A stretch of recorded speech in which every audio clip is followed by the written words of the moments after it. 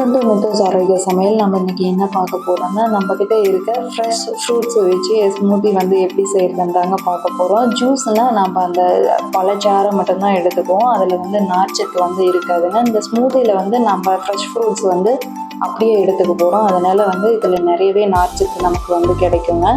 எப்படி செய்யறதுன்னு பார்க்கலாங்க. ஒரு நல்ல கனிஞ்ச பழமாக வாழைப்பழம் வந்து எடுத்திருக்கேங்க. தேன் வாழை வந்து எடுத்திருக்கேன். செவ்வாழையும் இதுக்குங்க ரொம்பவே நல்லா இருக்குங்க. நம்மக்கிட்ட இருக்கிற எந்த வாழைப்பழமாக இருந்தாலும் சரி எடுத்துக்கலாம். காஞ்ச திராட்சை வந்து எடுத்திருக்கேங்க. பாதாம் பருப்பு வந்து ஒரு 2 மணி நேரம் நல்லா ஊற வச்சு எடுத்திருக்கேன். ஒரு மாதுளை வந்து முழுசாக எடுத்திருக்கேங்க. அதையும் வந்து சேர்த்துக்கலாம். சேர்த்துட்டு அந்த மாதிரி ஐஸ் க்யூப்ஸ் வந்து நம்ம வேணுங்கிற அளவுக்கு வந்து எடுத்துக்கலாங்க. சேர்த்துட்டு நம்ம தேவையான அளவுக்கு வந்து தண்ணி சேர்த்துட்டு நல்லா அரைச்சி எடுத்துக்கலாம். ஒரு டம்ளரில் வந்து ஐஸ் க்யூப் சேர்த்துட்டு நான் வந்து தேன் வந்து சேர்த்துக்கிறேங்க. இருந்தால் சேர்த்துக்கலாம், இல்லைன்னா விட்டுறலாம்.